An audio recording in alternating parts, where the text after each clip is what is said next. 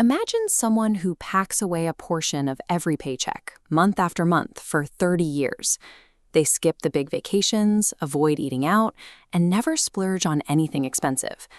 3 decades later, after a lifetime of discipline, they find themselves still checking prices at the grocery store and worrying about the monthly rent, and they have more money than they could ever spend. Most of us are taught that putting money away is the ultimate goal. But when we look at why these two paths diverged so sharply, it suggests that saving money and building wealth are driven by two very different mechanics. Having cash tucked away is vital for survival. When a car breaks down or a medical bill arrives, an emergency fund provides the peace of mind needed to keep moving forward. However, a safety net is meant to catch you, not move you. Money sitting stagnant in a bank account lacks the internal mechanics required to generate growth.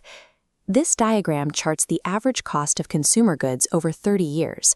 In almost every economy, the price of everything from groceries to housing steadily climbs over time.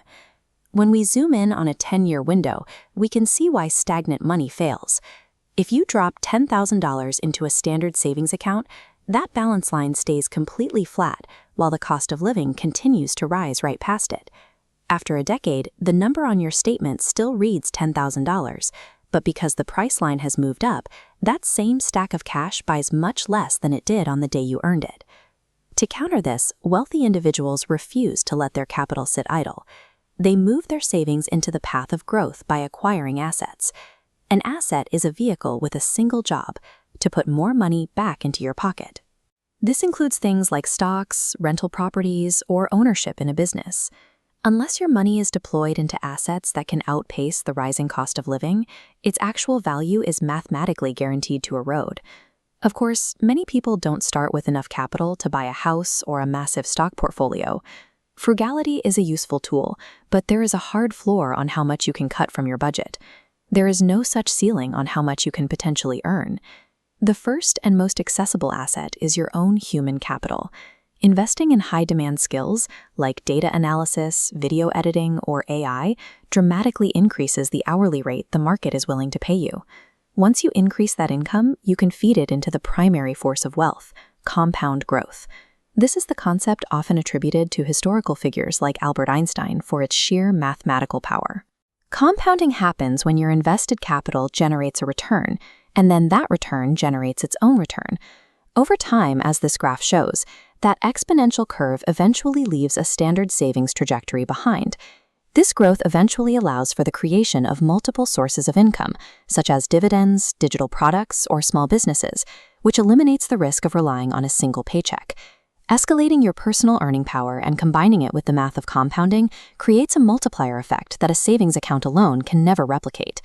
To shift into a new financial tier, you have to treat a savings account as a storage tank for raw, combustible energy. It is the fuel you gather so that you can eventually ignite it. The blueprint starts with building a small safety net for protection, but the priority quickly shifts to deploying any excess energy you have stored.